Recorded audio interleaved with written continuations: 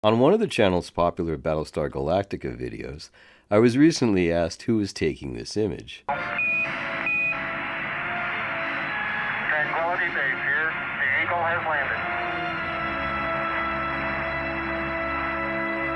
Those of us old enough to have lived through the period of watching the Apollo missions live on TV were all shown the cameras and mounts that were to be used long before they actually got to the moon.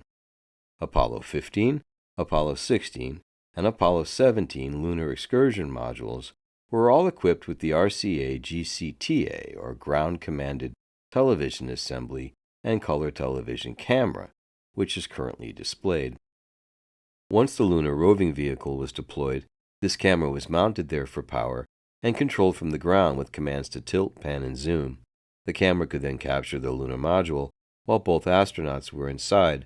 Larson and Bellisario simply used a later color still or photo timed with Apollo 11's "The Eagle Has Landed" audio for artistic effect.